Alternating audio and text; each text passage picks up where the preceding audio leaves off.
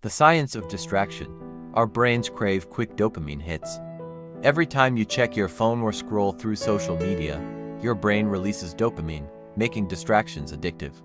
Over time, this weakens your ability to focus.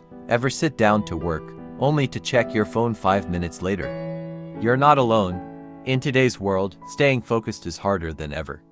But why, and how do we fix it? Why you struggle to focus, the biggest enemies of concentration.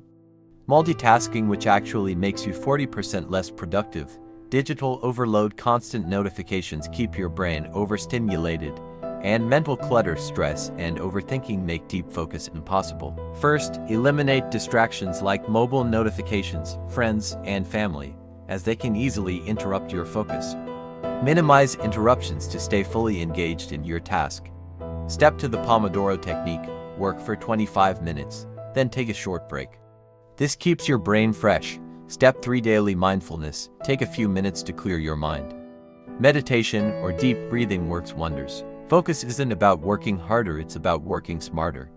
Try one of these methods today and watch your productivity skyrocket. If this helped, hit like and subscribe for more tips.